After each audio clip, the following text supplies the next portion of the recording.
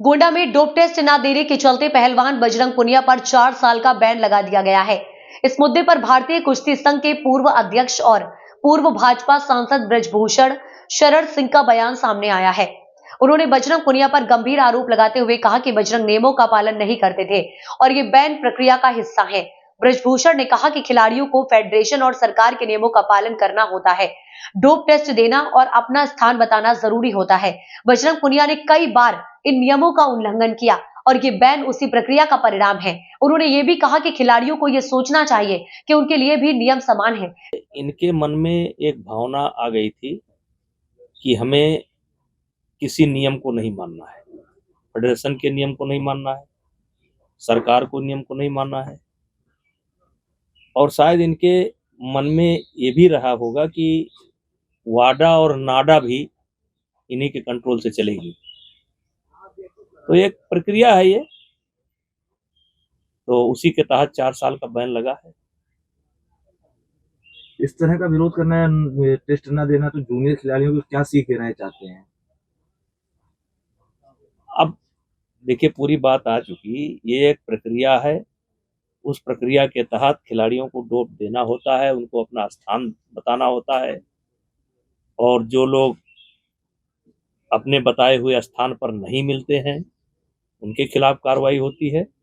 और ये लोग जो ये मान करके चलते थे कि हमारे लिए कोई नियम कानून नहीं है, मुझे ट्रायल भी नहीं देना है, मुझे नेशनल नहीं लड़ना है, मुझे फेडरेशन का कानून नहीं मानना है, मुझे डोप नहीं देना है, तो उसी का प्रतिफल है। इसमें हम लोगों का कोई रोल नहीं है। इसके साथ ही महाराष्ट्र में मुख्यमंत्री पद को लेकर चल रही चर्चाओं पर भी ब्रजभूषण शरण सिंह ने बयान दिया। उन्होंने भाजपा नेता देवेंद्र फडणवीस को सबसे उपयुक्त मुख्यमंत्री बताया है।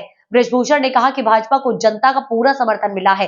फडणवीस पहले भी पार्टी के लिए बलिदान दिया और इस बार भी मुख्यमंत्री बनने के लिए सबसे आगे हैं। तीनों लोग मिलकर के चुनाव लड़े।